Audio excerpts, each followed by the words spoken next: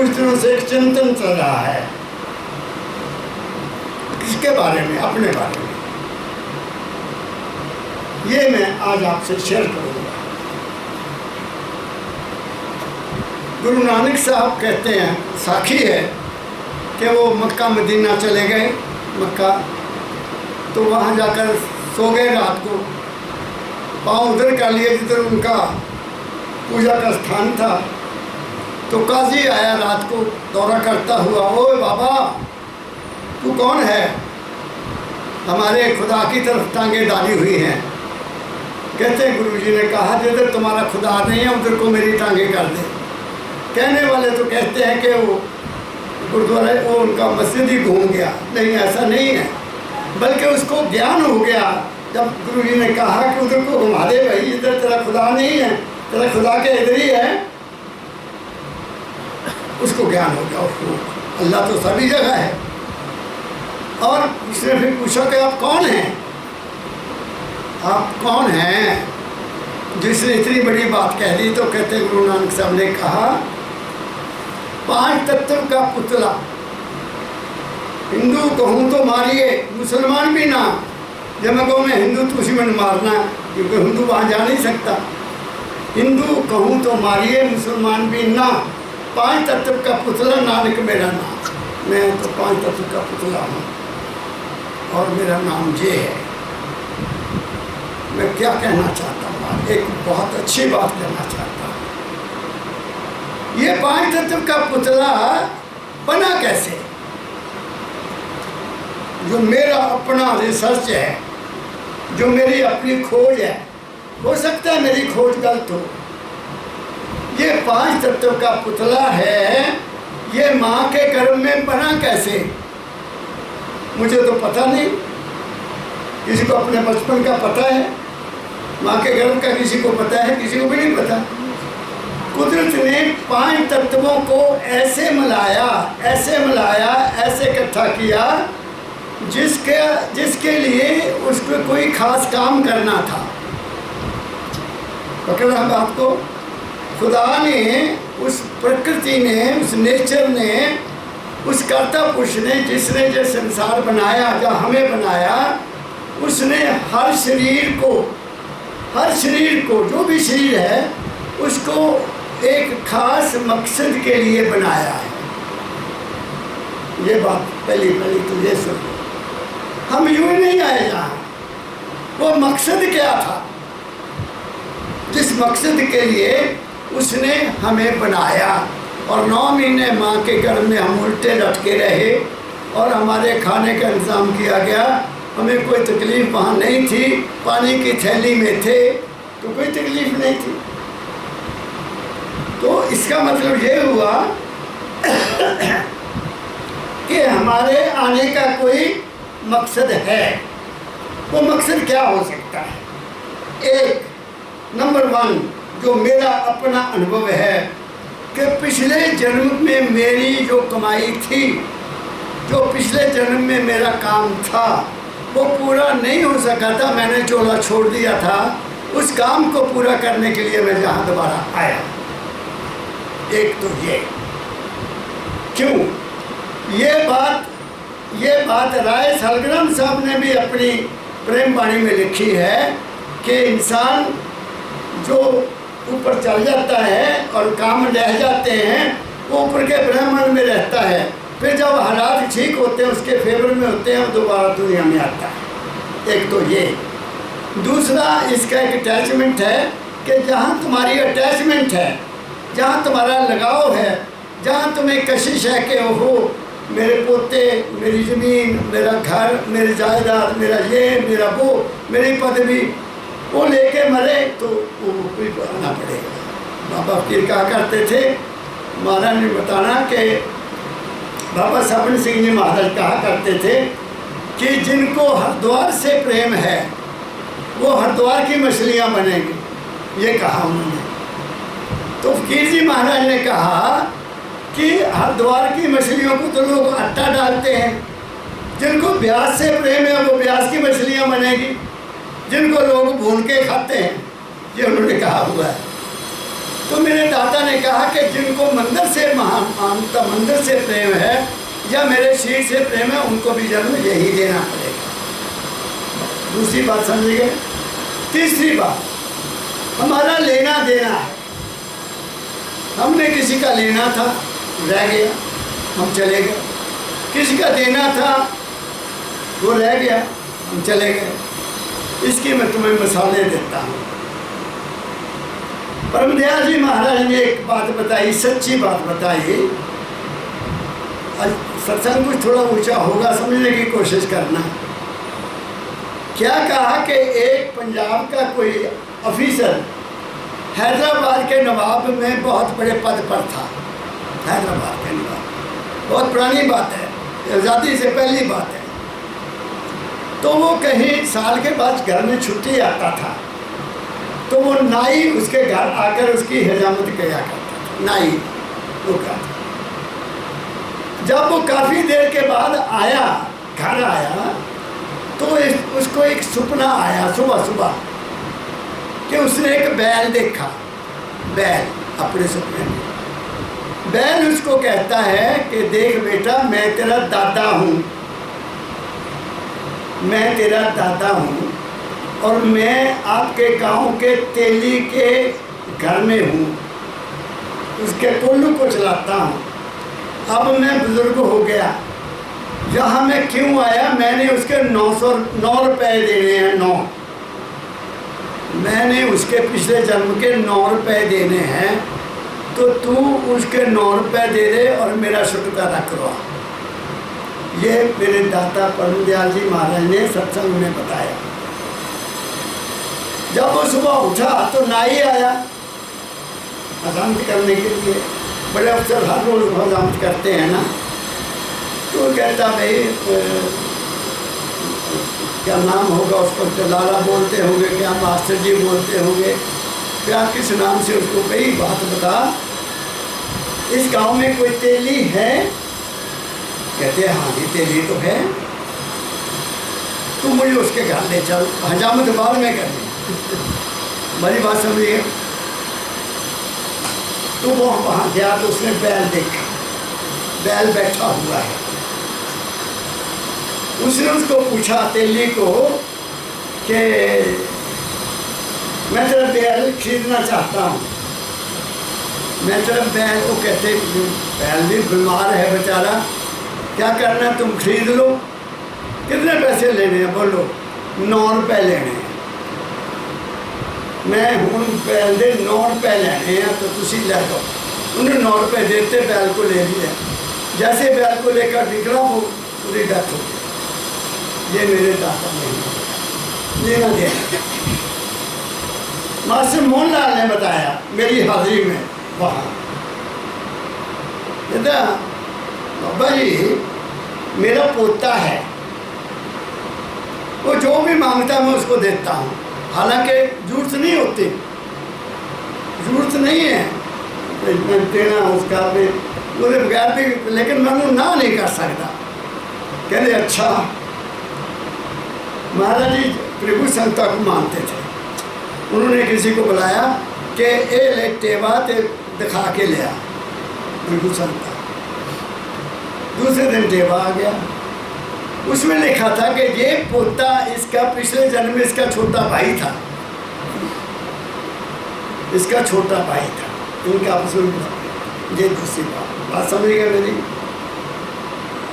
अब ऐसी ऐसी बातें बहुत हैं, क्या क्या बताऊँ आपको। हमारे आने का रीज़न मैं आपको बता दिया कि हम आए क्यों। जहाँ से छूटेंगे कब? जब हमारा लेन देन खत्म हो जाएगा, पहली बात। दूसरी, जाने से पहले हमारी किसी से कोई अटैचमेंट ना हो, केवल गुरु का रूप नहीं, गुरु की वाणी वो साथ होगी तो हम फ्री हो जाएंगे।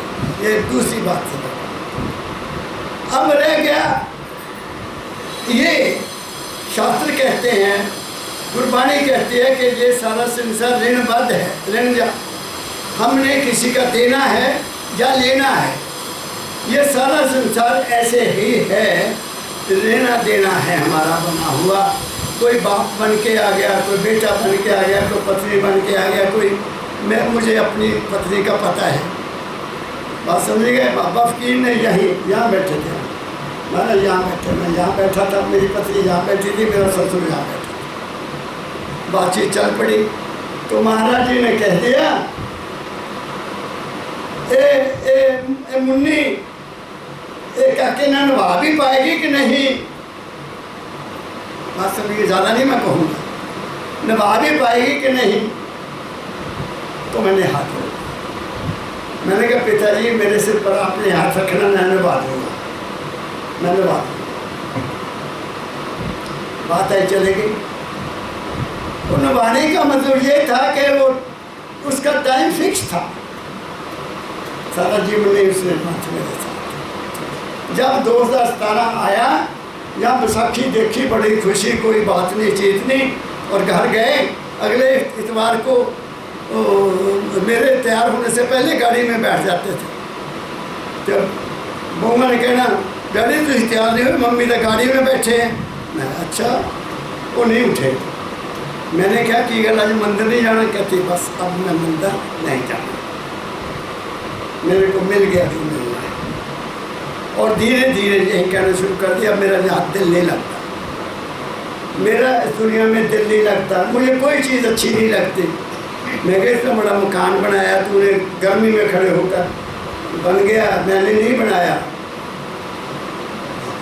तो आराम से चले बात समझ गए, लेना देना, उससे ज़्यादा कुछ नहीं। अब सवाल हो गया कि क्या मैंने शरीर का भी कुछ देना है? इसका ये बहुमूल्य है, ये भी तो कहीं से लिया ही है ना। बात को पकड़ना, मेरे को बहुत ऊंची बात करने जा रहा हूं मैं। ये शरीर जो मेरा है, जिस पर मैं कहता हूँ मेरा है, मेरा तो है नहीं है। बताइए, मैं बहुत बारी बता चुका हूँ कि ये शरीर में, ये शरीर प्रकृति का है। इसमें पृथ्वी है, जल है, अग्नि है, वायु है, आकाश है, 5 चीज़ें इसकी मालिक हैं। इसका मालिक कौन है? 5 तत्व इसका मालिक है, और इसमें उस मालिक की अंश है, उस मालिक की अंश है। और दूसरा इसमें प्रकाश है। मालिक की अंश जो है वो शब्द रूप में है, लेकिन शब्द कहाँ से निकलता है? वो एक ताकत है जिसका रूप कोई नहीं है, उसका रूप कोई नहीं। मैं अपनी बात करता हूँ, दुनिया की बात नहीं मैं करता, संतों की बात नहीं करता। अब अगर दुनिया का ऋण मैंने देना है, किसी रिश्तेदारों का ऋण देना है या ऋण लेना है, वो तो ठीक है, मैं समझ गया, पिछले जन्म का लेना देना होगा। तो क्या ये जो शरीर है, ये भी पिछले जन्मों के कारण ही मिला? हाँ,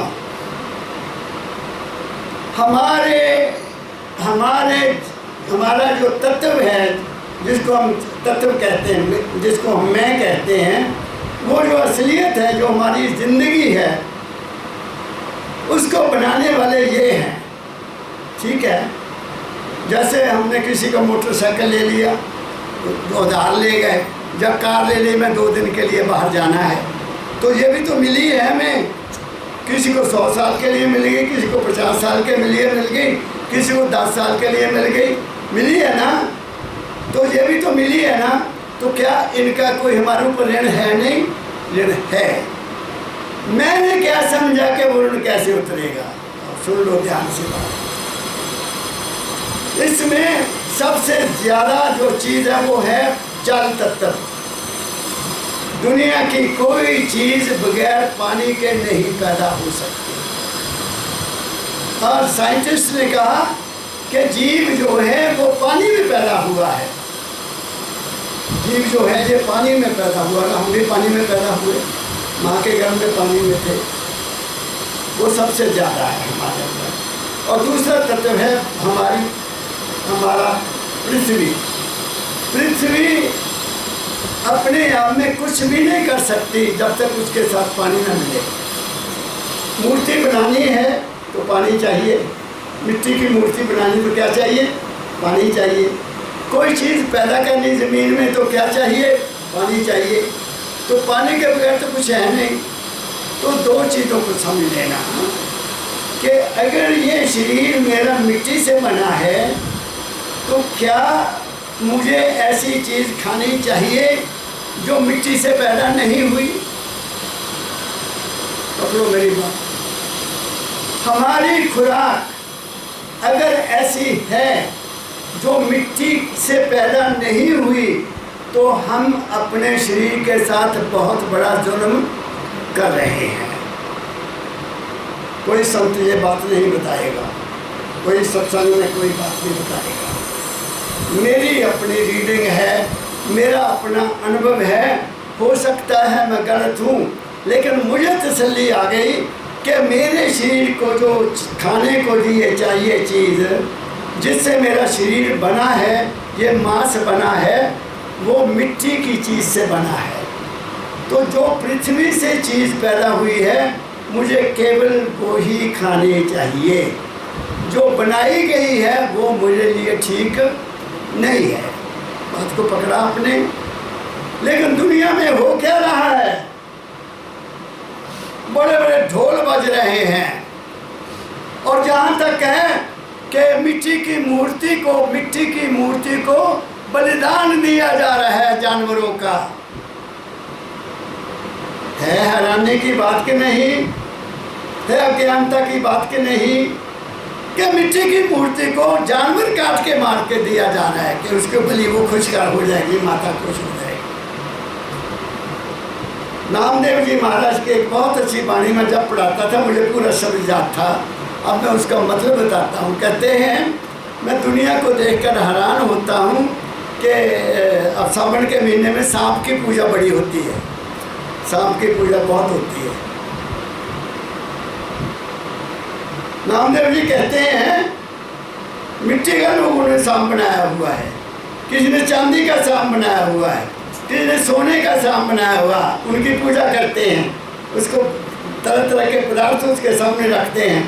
लेकिन अगर कोई जिंदा सांप सामने आ जाए तो लठ लेकर उसके पीछे चले जाते हैं, उसको मार देते हैं। ये इससे बड़ा ज्ञान और क्या हो सकता है? क्या कहा मैंने? ये सच, ये साइंस है, ये विज्ञान है जिसको मैंने अपने शरीर के ऊपर उतारा है कि कोई ऐसी चीज़ नहीं खानी है जो कि ज़मीन से पैदा नहीं हुई है।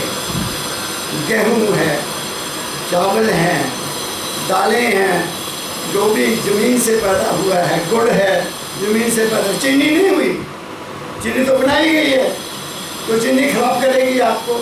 क्या क्या मैंने, लेकिन क्या हो रहा है आपको सामने ही है, आपके सामने ही है क्या क्या हो रहा है। जब तक हम कुदरत के रूल को नहीं समझेंगे, इस ऋण को नहीं समझेंगे कि मेरा शरीर जो है ये इन चीज़ों के खाने के लिए नहीं बना है।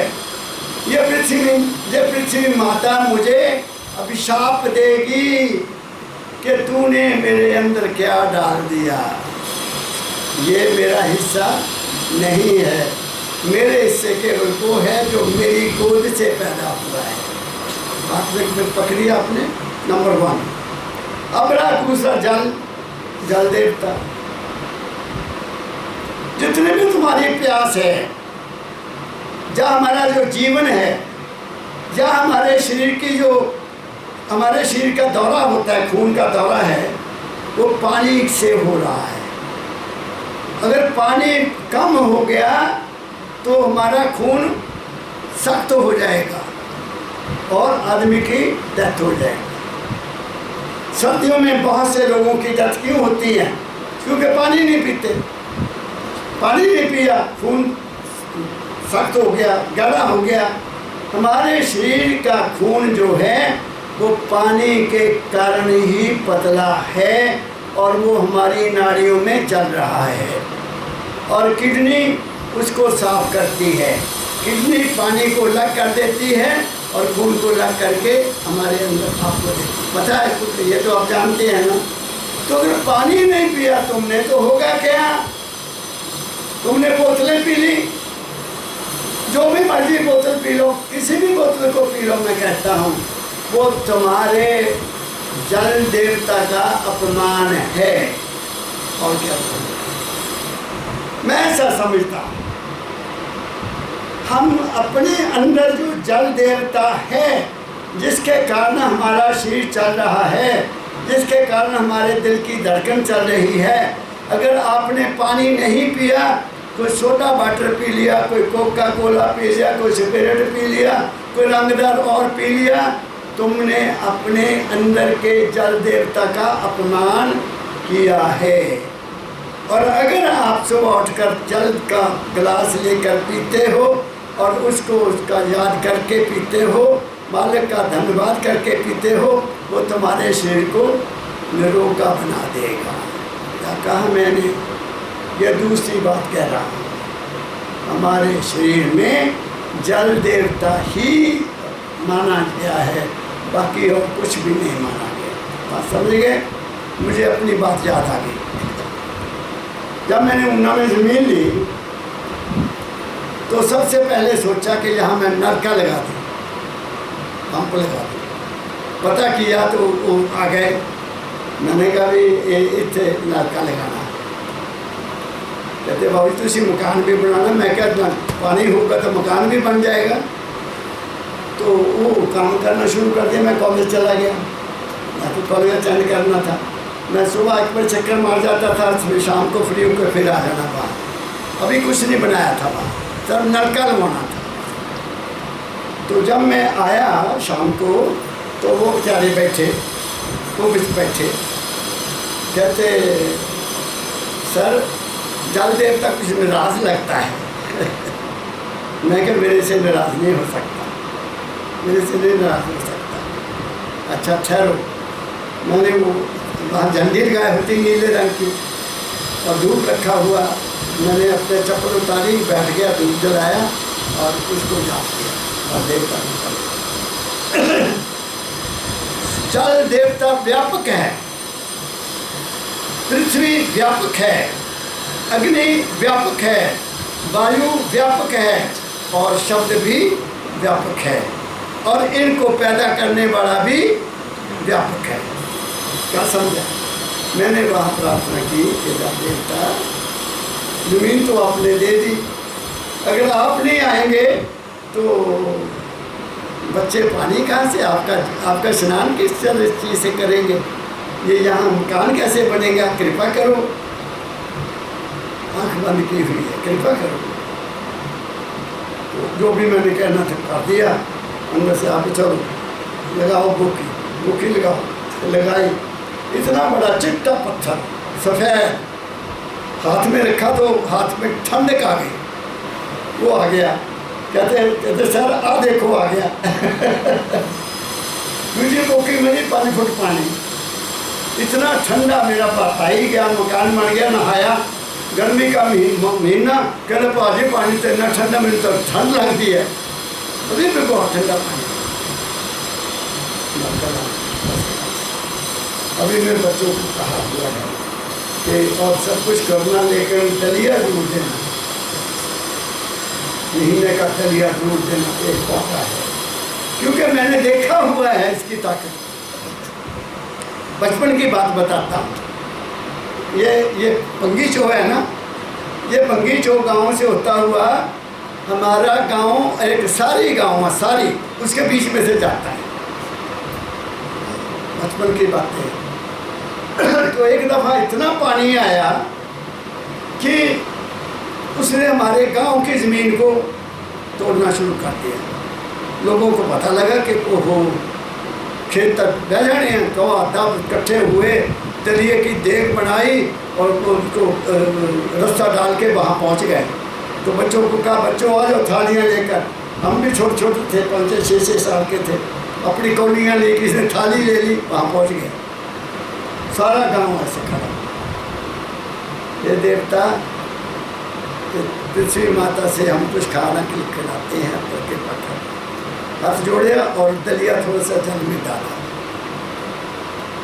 मैं आपको अपनी आँखें दिखाता हूँ, अपनी आँखों देखिए। जल ऐसे पीछे को गया, रेता इधर को करता गया, अब पीछे को हटता गया। ये मेरा देखा हुआ है। अच्छी नहीं। एक बात और बता देता हूँ। रोपड़ में 1919 में बहुत बड़ा बारिश हुई थी, बहुत ज़्यादा। तो मेरे साथी 2 प्रोफेसर हमने वहाँ से ऊना से चंडीगढ़ भेजे हुए थे लाइब्रेरी की किताबें खरीदने के लिए। तो रात को इतना मींह हुआ कि जिसका कोई हिसाब नहीं। तो कोई फॉरेनर आया था, उसने रोपड़ से 4 किलोमीटर बाहर एक कोठी बनाई, बहुत सुंदर कोठी बनाई। और वहाँ एक पुराना कुआं था, पुराना कुआं। उसने कोई भी पूजा नहीं की, कोई पाठ नहीं किया, तो अपने फ्लश का पानी, लैट्रिन का पानी कुएं में डाल दिया, उसको खड्डा बना लिया। लोगों ने बड़ा कहा कि बाबूजी बड़ी गलत काम कर रहे हैं, पानी में न डालो। कहाँ ना करो, आप खड्डा निकाल लो। ले कहता क्या होता है, कुछ भी नहीं होता, पानी क्या करना, पानी वैसे भी तो पानी में जाना सब कुछ। नहीं माना बच्चों। उसके बाद रात को इतनी बारिश हुई कि वो बांध लगा हुआ था, बांध टूट गया। वहाँ बांध था बहुत बड़ा, वो टूट गया। शत्रुज ने ऐसे चक्कर मारा और बांध तोड़कर उसकी कोठी अपनी गिरफ्त में ले ली। बच्चों को पहले निकाल दिया उसने, आप रह गया। मकान पर खड़ा होकर कह रहा लोगों को मुझे बचाओ। कोठी भी गई, वो भी गया। और सड़क जो थी वो 10 फुट गहरी हो गई, 10 फुट गहरी हो गई। लोगों ने कहा ये है जल देवता। बात मेरी समझ गए, ये जल देवता है। तो हम अपने अंदर, उसने तो खूह में डाला, हम अपने अंदर उस जल देवते के ऊपर क्या डालते हैं? क्या चीज, मैं क्या कहना चाहता हूँ, पानी पियो जितना मर्जी, कभी नुकसान नहीं होगा। हालांकि जब कहते डॉक्टर तो जानते 3 लीटर पानी पियो, 3 लीटर रोज का पानी पियो। अगर 2.5 पी लो भाई, 2 पी लो, पियो पानी पियो, लेकिन सोडा नहीं पीना, कोका कोला नहीं पीना, कोई भी स्पिरिट नहीं पीनी, कोई रंगदार पानी नहीं पीना, तुम्हें कभी कोई बीमारी नहीं होगी।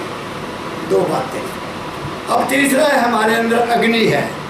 अग्नि है ना, शरीर घर में है, ठंडा हो गया, छुट्टी।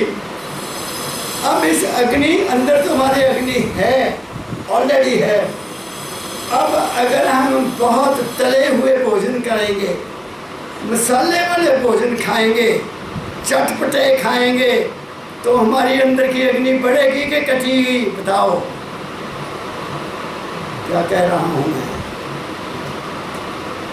हमारे लिए ये जितना बीडी किया, उसको बोलते हैं BDS BDM की हुंदा, आजकल बड़ा चला हुआ है ना, डब्बे बने हुए हैं,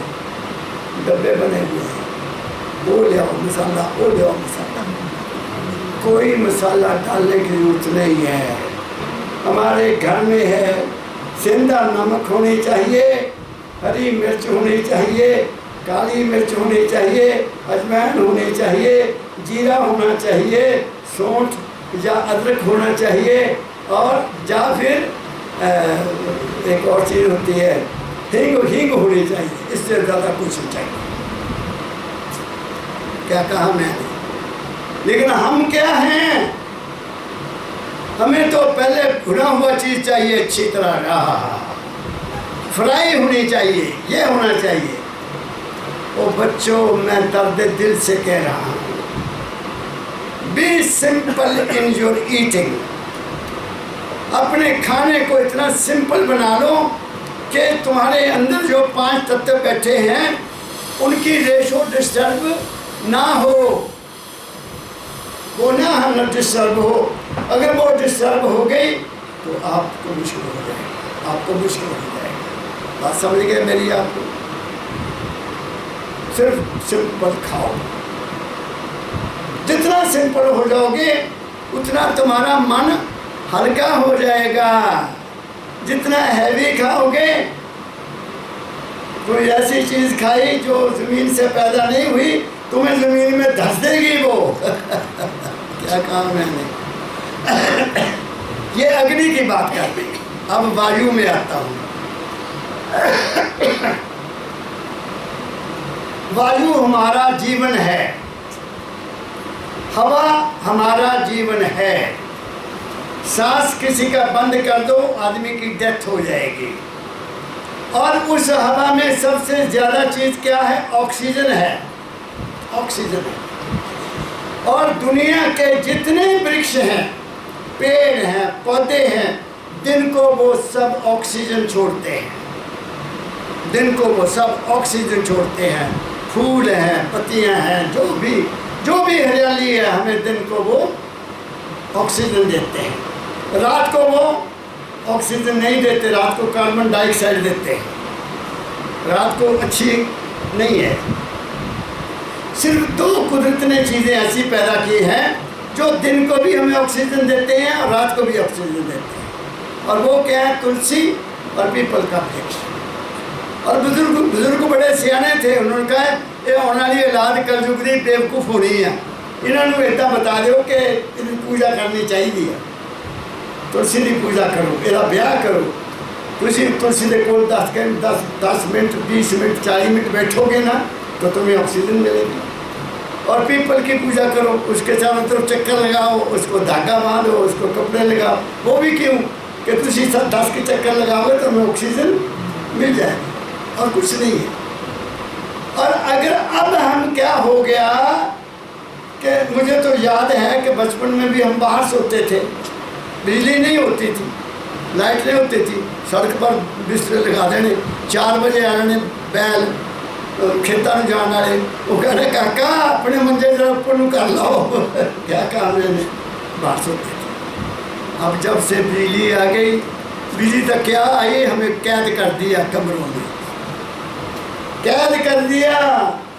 और हमने कैद हुए, चलो वो तो ठीक है, हम भी तो तब भी तो कमरों में सोते थे जब बारिश होती थी, लेकिन से तो ठीक से बढ़िया बढ़िया रहते। अब क्या? किसी को खांसी, किसी को नज़ला, किसी को जुकाम, किसी की छाती जमी हुई है, क्योंकि सारी रात उसमें सोना, एसी में सोना। एसी तुम्हारी ऑक्सीजन को खाता है।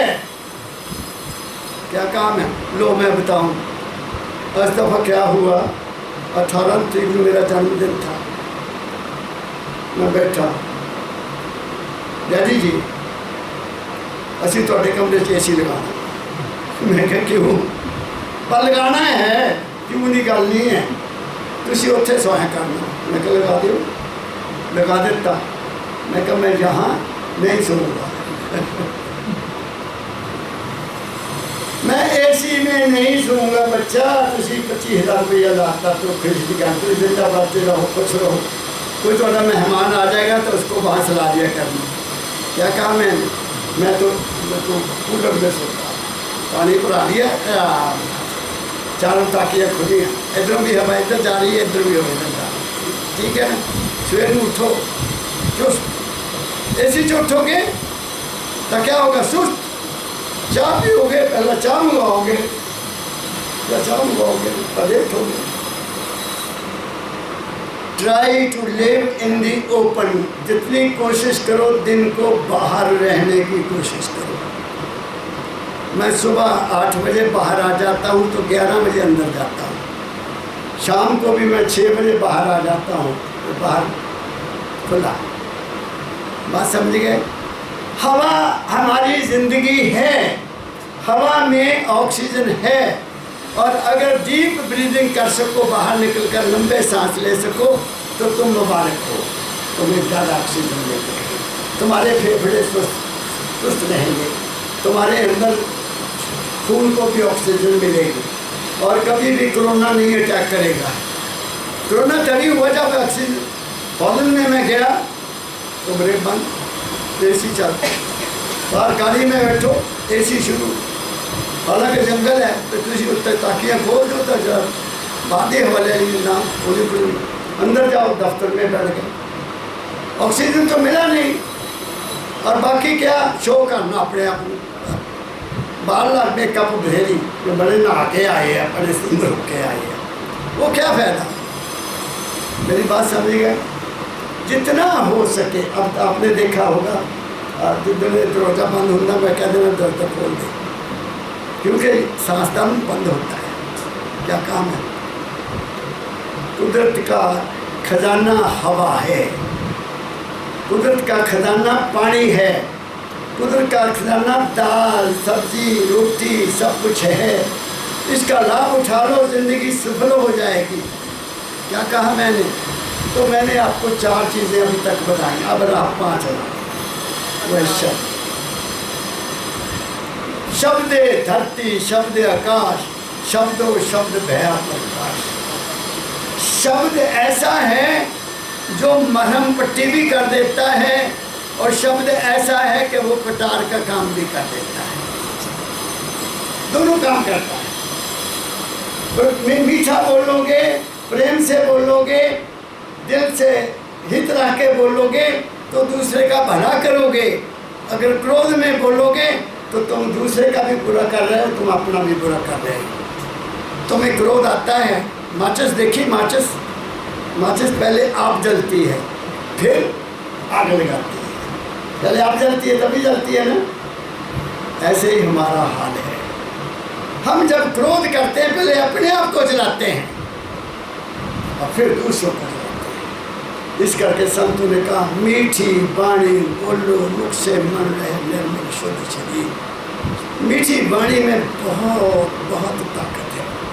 लेकिन एक बार झूठ कह देता हूँ कि मीठी वाणी मतलब के लिए नहीं बोलना कि जब तक मतलब निकला था बल्ले बल्ले या से बड़ी मीठी बड़ी बोली, जब मतलब निकल गया उन्हें दंड खा देने। वो धोखा है, तुम्हारे लिए भी, अपने लिए, दूसरों के लिए भी धोखा है। मैं आपको बात बताता हूँ। एक प्रोफेसर था ऊना में, उसके साथ किसी की नहीं बनती थी, किसी की नहीं बनती थी, प्रिंसिपल के साथ में। तो उन्होंने सोचा भाई यदि ट्रांसफ़र कराइए मैं उधर आना चाहता था। मैंने किसी ने क्या तुम घूमने जाना? मैं कह यार वो तो बहुत अच्छी गल है। मैं ज़मीन भी ले ली, ज़मीन ली तो 15 दिन में मेरा ऑर्डर भी हो गया घूमने का। जब मैं आ रहा था बस से उतर कर, तो वही आदमी प्रोफेसर जिसने ट्रांसफ़र हुई, तो वो कार से आ रहा है, कार से आ रहा है। ओहो हो, कमल साहब कार खड़ी कर ली। मैं तो आपको बस स्टैंड पर लेने जा रहा था। मैं कहा क्यों? आपकी भाभी जी ने आपके लिए नाश्ता बनवाया हुआ है। हाँ, मैं समझ गया नाश्ता केड़ा है क्योंकि मैं उसको जानता था। मैं क्या प्रोफेसर साहब ने नाम नहीं लेना मैं घर से खा के चलता। अब मेरी ड्यूटी है कॉलेज में, मैंने वहाँ जाना है, नाश्ता नहीं करना। मेरी बात समझ गए? बाद में मेरे को सारा पता लग गया कि वहाँ तुम्हें ट्रैप करना था उसने, और आपको कहना था कि तुम हमीरपुर में रहो, मैं यही रहूँगा। बहुत मीठा, अले बल्ले बल्ले बल्ले बल्ले, क्या मीठा। एक बात और सुना देता हूँ सुनाना चाहिए भी कि नहीं भी सुनाइए, चलो जो तो बात की बात का, लेकिन मुंह में आई रहती नहीं है। मैं था पेपर सेटर फाइनल क्लास का, उसको पता लग गया कि मैं पेपर सेटर हूँ। बड़े प्रेम की चिट्ठी आई लिफाफे में बंद। छोटे भाई साहब, मुझे पता है आप पेपर सेटर हैं, आपकी बेटी ने एग्ज़ाम देना है, आपकी बड़ी बेटी ने पेपर देना है, तो अच्छे नंबर लेकर पास हो जाए तो अच्छी बात है, उसकी शादी हो जाएगी। आप थोड़ा सा मेल करो उसको, अपने पेपर के थोड़े पेज 2 सवाल। मैं समझ गया मैं क्या बस अब इसने मुझे चौका डाला है, तुम्हारी बेटी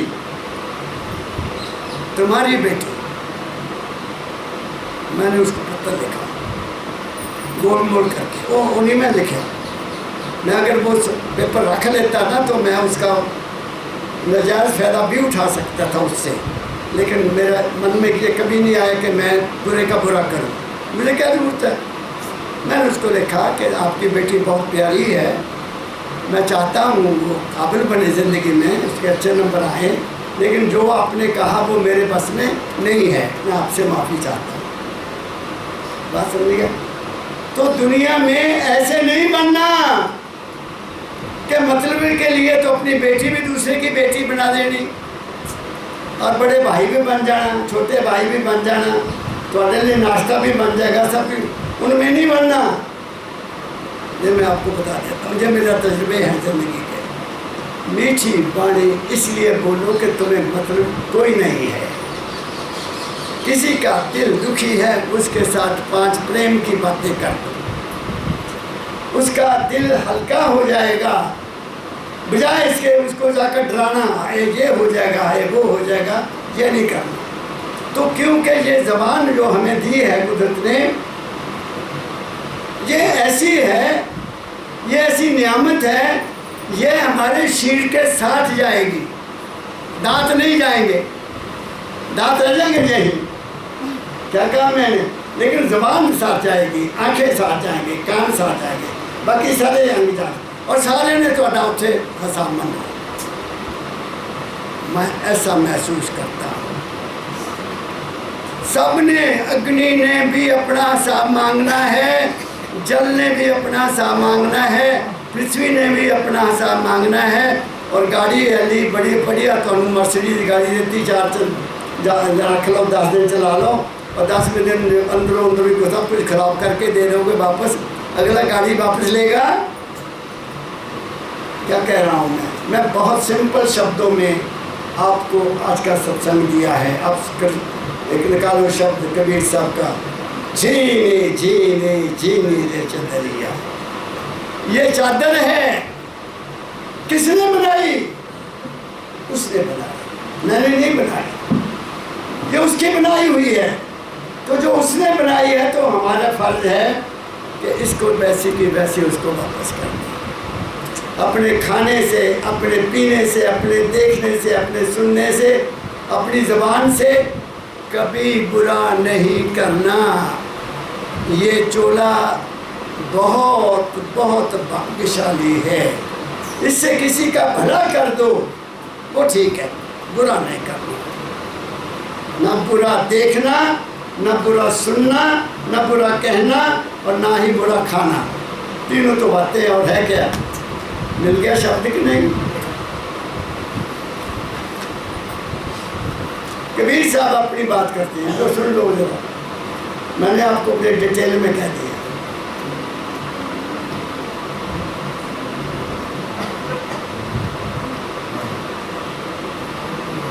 झा से है, दूसरी में देख बता।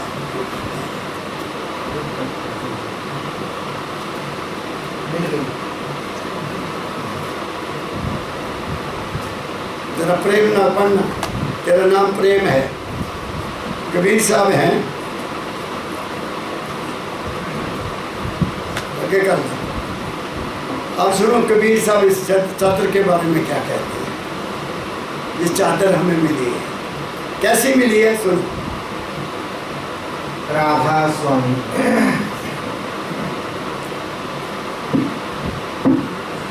झीनी झीनी बीनी चदरिया, झीनी रे झीनी।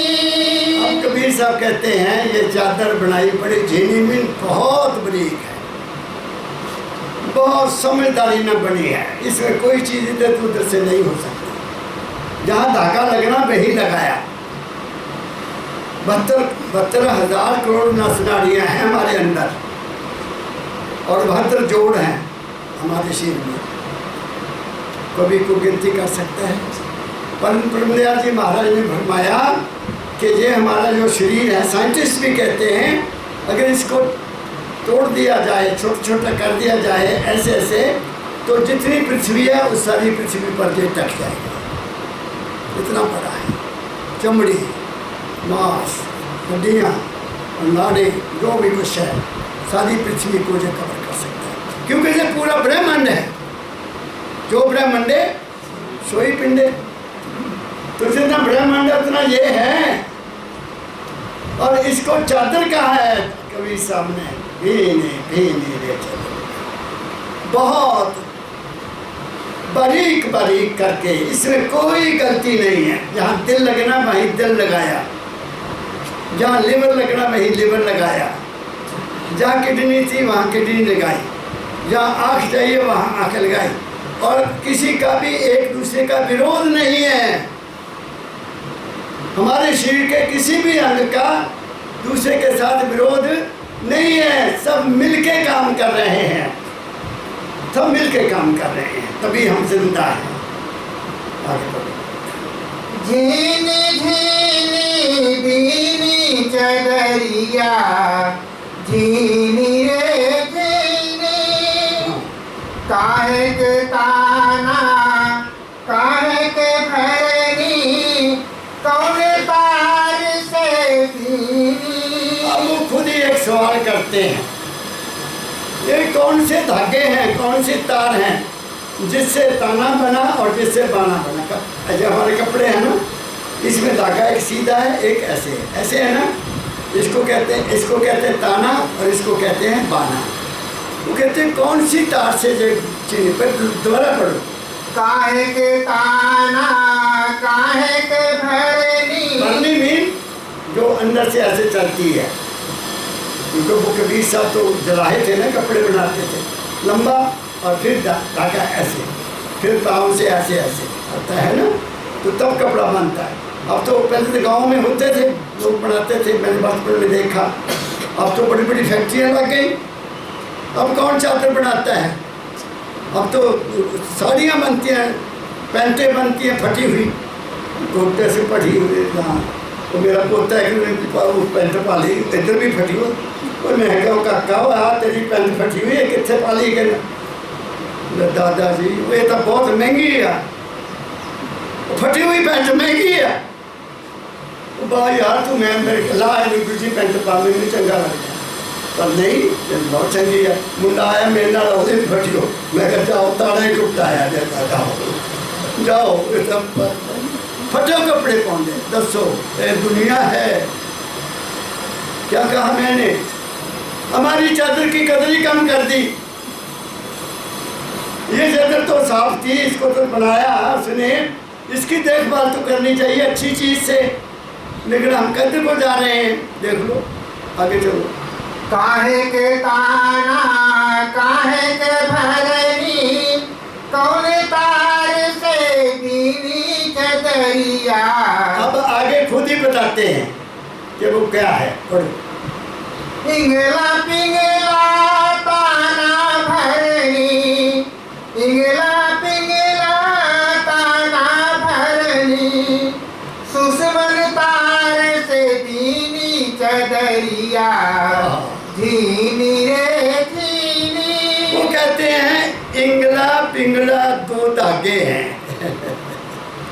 ऊपर जाते हैं ऐसे ऐसे ऐसे, एक जाता नीचे, एक ऊपर आ जाता है, एक नीचे, उसके बीच में से फिर अगला धागा डाला जाता है। समझ गए? वो कहते हैं कि ये कौन सा धागा है?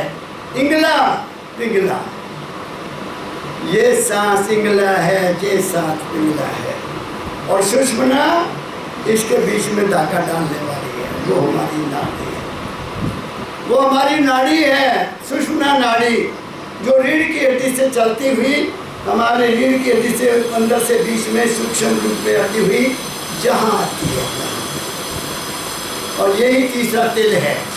वो कहते हैं, कबीर सब कहते हैं ये चादर तो गई इंगला सांस और पिंगला सांस और सुषुम्ना नाड़ी से बना है। दोनों सांस चलते हैं ना, दोनों सांस चलते हैं, अपने अपनी बारी बन चलते हैं। और जब कभी जब उसकी मौज होती है कि दोनों सांस बराबर चलते हैं, वो समाधि में चलते हैं, ऐसे नहीं चलते। 1.5 घंटा ये चलता है, 1.5 घंटा ये चलता है, फिर अपने आप बदलते। तुम्हें बदलने की जरूरत नहीं। हाँ, हम आप बदलना चाहते हैं। योग शास्त्र कहता है कि खाना कब खाना है, जब ये ना चलती सांस तब खाना खाओ ना, आपका खाना बड़े आराम से पच जाएगा। और अगर ये नहीं चलता, ये चलता है तो इस पर एक तरफ लेट जाओ, ऐसे ये चल जाएगा, ये बंद हो जाएगा। क्या कहा मैंने? ये उन्होंने तरीके बताए हुए हैं योगियों ने हमें, लेकिन हम उस पर परवाह नहीं करते। जब मिला जहाँ मिला खा लिया, खत्म खाए। आप समझ गए? जो भी मिला सब, जब भी मिला, कोई टाइम नहीं है। टाइम है सुबह दोपहर शाम, बस उसके बीच में कुछ नहीं, ठीक है। लेकिन आजकल चाय आ गई, प्रधान है हमारी, चाय आ गई, क्या करोगे?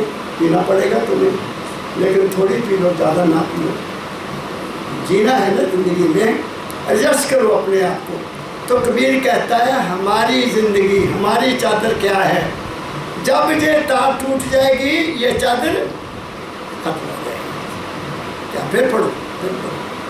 पिंगला पिंगला ताना भरनी, सुषमन तार से बीनी चदरिया, झीनी रे झीनी। अब सोचो, जरा गहराई में जाओ, अपने आप को देखो, इस चादर में कौन रहता है?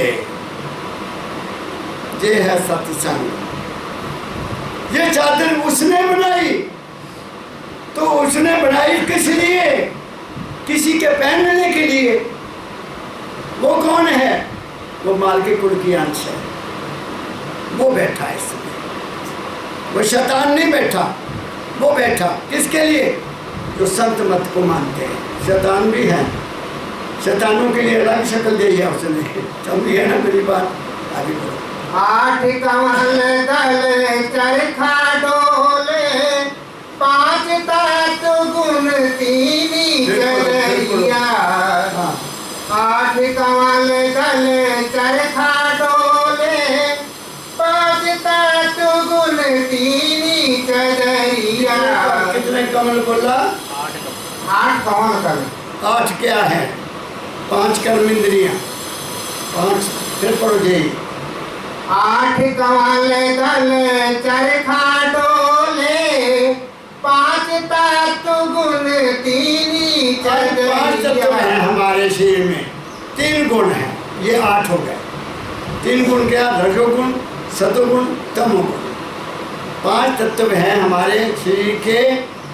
पृथ्वी है, जल है, अग्नि है, वायु है, आकाश है। वो है इसके कमल, और 3 गुण हैं इसके, ये इसमें हमारे अंदर में हैं। लेकिन इसके आगे और है 6 कमल हमारे शरीर के हैं, 6 यहाँ के हैं, 12। इसलिए द्वादश पार साहब का डेरा। कबीर कहता है कि 6 शरीर के कमल, मूलाधार से लेकर यहाँ तक, यहाँ से लेकर यहाँ तक, ये 12 हैं। इससे आगे तुम्हारा डेरा है, तुम्हारा तुम रहने वाला घर है, वो एक अलग चीज़ है। लेकिन थोड़ा सा रेफरेंस मैंने आपको दे दिया कि ये 8 कमल का एक चरखा है। चरखा जानते हैं? जिस पर कपड़े बनते हैं, धागा बनता है। 8 कमल का चरखा ढूंढ ले। 3 पढ़ो। 5 तत्व गुण तीनी चदरिया।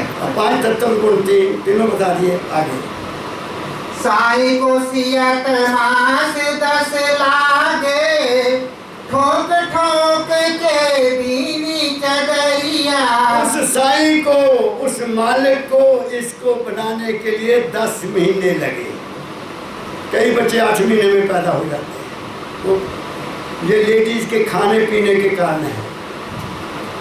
किसी का 9 महीने में हो जाता है। वैसे पूरा बच्चा 10 महीने का पैदा होना चाहिए। हमारा खाना ठीक नहीं है, हमारी रहनी ठीक नहीं है। कोई 8वें महीने, कोई 7वें महीने बच्चा पैदा हो जाता है। फिर जो दौड़ते हैं हॉस्पिटल में जाकर, फिर उसको ICU में रखना पड़ता है। कारण क्या है कि we don't know how to produce children. हमें बच्चों को पैदा करना नहीं आता। सबसे बड़ी बीमारी अब ये आ गई है, सबसे बड़ी बीमारी ये आ गई है। मैं आपको एक बात बताता हूँ। मेरी ज़िंदगी में 4-5 लोग ऐसे आए जो बड़े ऑफिसर थे, बड़े अफसर। एक मेरा रिश्तेदार चंडीगढ़ में डायरेक्टर एग्रीकल्चर रिटायर हुआ, तो मैं गया, मुझे बुलाया, मैं गया तो उनका नौजवान लड़का चारपाई पे बैठा, टांगे काम नहीं कर रही, टांगे काम नहीं कर रही। अब मैं बड़ा इस चीज़ को गौर से देखता हूँ, मैं बहुत गौर से देखता हूँ।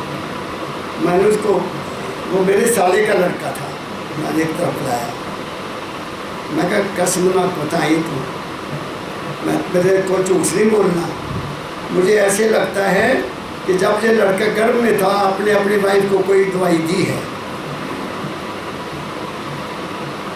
कहता है ये आपको कैसे पता लगा? मैं कहा मुझे पता लगा। दी है ना? हाँ। कहता गलती हो गई, हमने सोचा था भी बच्चा पैदा ना हो।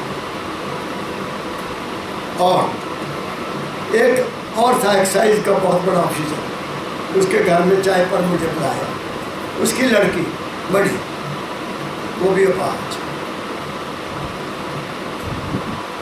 चाय पी ली, मैंने कहा आपसे एक बात करना है, तुम बड़े भारी पापी हो। कहता कमल यार तू क्या कह रहा है? मैं कहा मैं ठीक कह रहा हूँ, तुम्हारी शादी हुई, आपकी वाइफ बहुत अच्छी है, तो ये बच्ची आपके घर में आई तो आपने सोचा कि नहीं अभी बच्चा नहीं पैदा करना, तो तुमने दवाई दी। चुप। मैं कह यू कमिटेड ए सिन। बिल्कुल ठीक है। एक मेरा कलीग प्रोफेसर, उसकी शादी भी मैंने करवाई, लड़के बड़ी सुंदर, उसका लड़का पैदा हुआ, वो भी अपाहज। मैंने कहा पाठक इधर आ, मेरे से बहुत आजू भाई छोटा, मेरे सामने ज्वाइन किया था उसने, और मेरा एक कलीग था प्रोफेसर जिसकी लड़की की उससे शादी करवाई। मैंने कहा तुमने बड़ा जुल्म किया। तो सर गलती हो गई, आपे मन गया। आजकल ये एक बीमारी चली है बच्चा हाले नहीं पैदा करना, दवाई ले लो ठीक है मर जाएगा। वो मरते नहीं बच्चे, जिन्होंने थोड़े को लेना वो कैसे दोगे? वो हड्डियाँ चूसेंगे तुम्हारी। क्या कह रहा हूँ मैं? ये सत्संग है, जीने का राज बता रहा हूँ। ये छोला तुम्हारा 10 महीने में बना है, इसको खराब नहीं करना। क्या कह रहा हूँ मैं?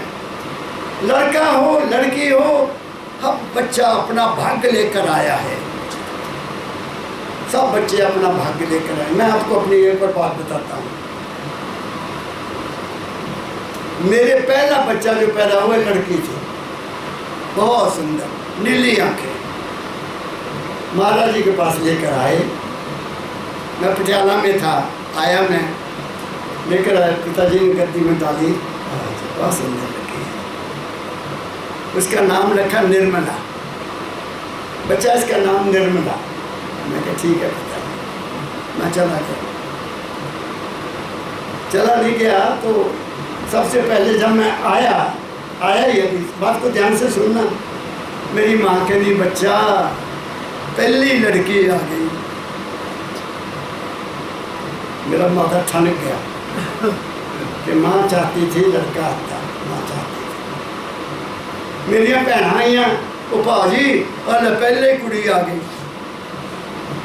मैं क्या इन्होंने भी मिट्टी पाती। हुशियारपुर पिताजी के पास आया, उन्होंने भी यही क्या बेटा बच्ची आ गई। अच्छा, मेरा माथा ठनक गया, ये लड़की नहीं मरे, बच्चे नहीं। मैं चला गया और 6 महीने में उसकी डेथ हो गई। मैं पटियाले में था, महाराजा पटियाला का पैलेस था जहाँ मेरा दफ्तर था। जब मैं चिट्ठी पढ़ी तो देखो बच्चा होता है ना, तो दिल भरा आया। मैं दबा उठा बाथरूम चला गया ताकि मेरे कुलीग ना देखें कि मेरी आंखों में आना क्यों आए हैं। अरे तो अपनी बता रहा हूँ। वहाँ जाकर मैंने ऐसा, मैं कहा बेटी तू लड़की बन के ना आती, लड़का बन के आ, तेरा बहुत स्वागत होगा। मैंने प्रार्थना की बात ऐसी, तू लड़की बन के ना आती तो तेरा बहुत स्वागत होता, तू अब जब भी आना आना तू ही नहीं है, लेकिन लड़का बन के आना। और सुनो ये थ्रेट की बात है। 10 साल के बाद वो लड़का पैदा हुआ। 10 साल के बाद बिलासपुर में मैं फूल लाया, अभी उसको 2 घंटे नहीं हुए थे पैदा हुए, उसने मुझे देखकर हंस दिया, मुस्कुरा दिया। उस बच्चे ने 2 घंटे के बच्चे ने मुझे मुस्कुरा के बता दिया कि मैं आ गया। क्या कहा मैंने? दुनिया को गौर से देखो, तुम्हें पता लग जाएगा तुमको क्या मांगा है। ये झीली चदरिया है, इसमें वो बैठा है, उस माल के कुल की अंश इसमें बैठी है। इसकी कदर करना सीखो, इसकी कदर करना सीखो। ये खाने के लिए या पीने के लिए या ऐशो इशरत करने के लिए नहीं मिली है। वो राक्षसों का काम है, वो लोगों का काम है जिनका कोई धर्म नहीं है। वो धर्मात्मा बड़े हुए हैं, अपने धर्म को मानते हैं, लेकिन है नहीं धर्म। वरना मेरा देश आज दुनिया में सबसे आगे होता, क्योंकि हमने अपने धर्म को छोड़ दिया, हमने अपने शास्त्रों को छोड़ दिया, हमने अपने गुरुओं की वाणी पर चलना छोड़ दिया, हमने शास्त्रों को ताला लगा के बंद करके रख दिया और अपने मन मर्जी करते हैं। कभी हम सुखी नहीं रह सकते। क्या कहा मैंने? आगे बढ़ो। सो चादर सुर नर मुनि ओढ़ी, ओढ़ी के मैली कीनी चदरिया।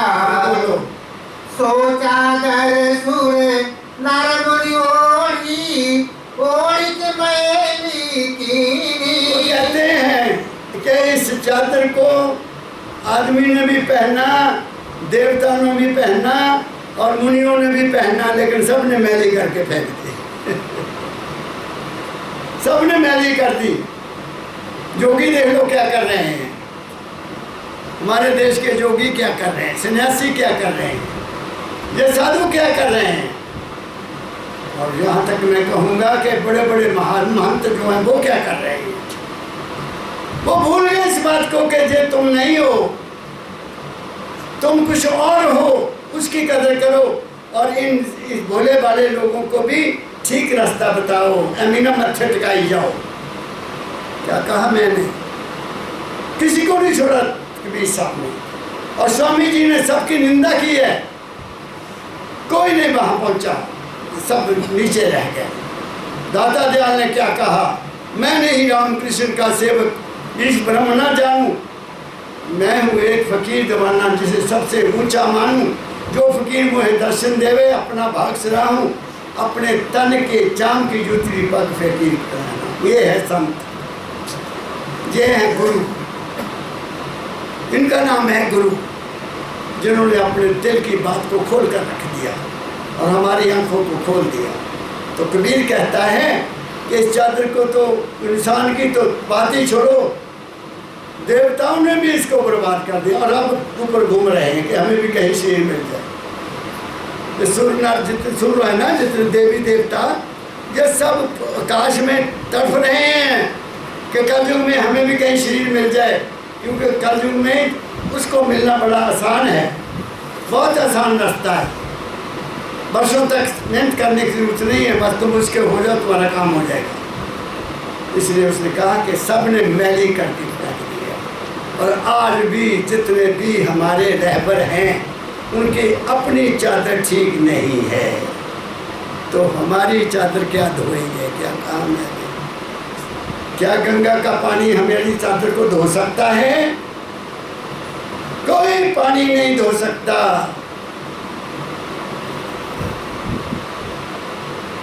गुरु नानक साहब कहते हैं शरीर के ऊपर मिट्टी लग जाए ना, उन्हें उसी झाड़ दो, मिट्टी उतर जाएगी। मूत पलीती कपड़ हुए दे साबन लिए धोए। अगर कपड़े खराब हो गए, शरीर खराब हो गया, साबन लाओ तो साफ हो जाऊंगा, पर ये मत पापा के संग वो तो पहनावे के रखना। हम अपने शरीर से पाप करते हैं, मैं तो खाने को भी धर्म समझता हूँ। अगर खाना ठीक नहीं है और आपने खा लिया तो तुम अपने शरीर के साथ बहुत बड़ा अन्याय कर रहे हो। अगर तुमने पानी नलके का नहीं पिया, तुम कुछ और पीते हो प्यास बुझाने के लिए, तुम अपने शरीर के साथ अन्याय कर रहे हो। क्या कहा मैंने? पकड़ो मैं क्या कह रहा हूँ, कबीर साहब को पकड़ो। मैंने इस चीज़ का अनुभव किया है बच्चों, इसलिए मैं आपके सामने बोल रहा हूँ ताकि तुम्हारी बात कोई समझ में आ जाए और तुम अपने आप को पहचान दो कि मैं हूँ कौन, हूँ एम-आई। ये मेरी चादर मुझे मिली है तो मुझे इसको कैसे रखना है, इसको संभाल के रखना है। और संभालना हमारा खाना है, संभालना हमारा पीना है, संभालना हमारा देखना है, संभालना हमारा सुनना है। आप मेरी बात समझ रहे हो? मैंने बहुत ऊंची बातें आज आपसे की हैं। आप मानो ना मानो आपकी मौज। मैं बाबा फकीर जी ड्यूटी कर चला। क्या कहा मैंने? आगे बढ़ो। सोचा दर सुर नर मुनि ओढ़ी, ओढ़ी के मैली कीनी, दास कबीर जतन से ओढ़ी, दास कबीर जतन से ओढ़ी, जो कि तो धर दीनी चढ़िया, जीनी रे जीनी। कहते मैं जतन नाले उड़ी या तो मैं इदा ही रख दी। इदा कहने ना, कबीर साहब की बॉडी नहीं मिली सी, ना गुरु नानक साहब की बॉडी मिली। क्यों? उन्होंने जतन नाल उड़ी। उन्होंने समझ लिया कि ये मेरा नहीं है, मैंने संभालना है, इसको संभालो, जितना संभाल सकते हो उतना संभालो। आज बीमारियां क्यों इतनी ज़्यादा, इतने हॉस्पिटल खुल गए? क्योंकि हमारा खाना बिगड़ गया, हमारा देखना बिगड़ गया, हमारा पहनना बिगड़ गया, सब कुछ तो बिगड़ा हुआ है। ताना ही महाराज जी कहा करते थे, धागा नहीं टूटा ताने ही टूट गई। सब कुछ बिगड़ा हुआ है। बचा लो अपने आप को। आप दाता के दरबार में आते हो, मैं वार्निंग से देता हूँ, तुम्हें जगाता हूँ कि जागो भाई, ये ऐसे नहीं, बाहर कुछ नहीं है, ये मंदिर है। तन मंदिर मन देश कलंदर, घट ही भीतर ना हवे घट में ना हो। यही नहाना है, बाहर नहीं नहाना। पानी भर को रख लो बाल्टी, उसको तू गंगा जल है, वो तुम्हारे लिए गंगा जल बन जाएगा। मन नहीं बनना। मन नहीं करना जो कुछ करना, मन गंगा जल बना देगा, मन उसको जहर भी बना देगा, मन उसको जहर भी बना सकता है, मन उसको गंगा जल भी बना सकता है। तुम्हारी अपनी सोच है। पानी का गिलास लो, उसको हाथ में लो, मालिक का शुक्र करो, मेरे शरीर का तो सबसे बड़ा हिस्सा है, इसको निर्मल कर दे। क्या कहा मैंने? तो मैंने बच्चों बहुत कुछ कह दिया। हो सकता है कुछ शब्द सख्त भी मेरे से निकल गया हो, उसके लिए मैं माफ़ी चाहता हूँ, लेकिन मेरे अंदर एक हित है। हित क्या मतलब? तुम्हें कोई कमी ना रहे, ये तुम्हें बात समझ के आ जाए और ये जीवन बन जाए तुम्हारा, ये मेरी हित है। इसलिए सुखी रहो, सिंपल जीवन व्यतीत करो, उसमें सब कुछ है। मेरा आप सबको बहुत बहुत प्यार भरा राधा स्वामी, राधा स्वामी, राधा स्वामी।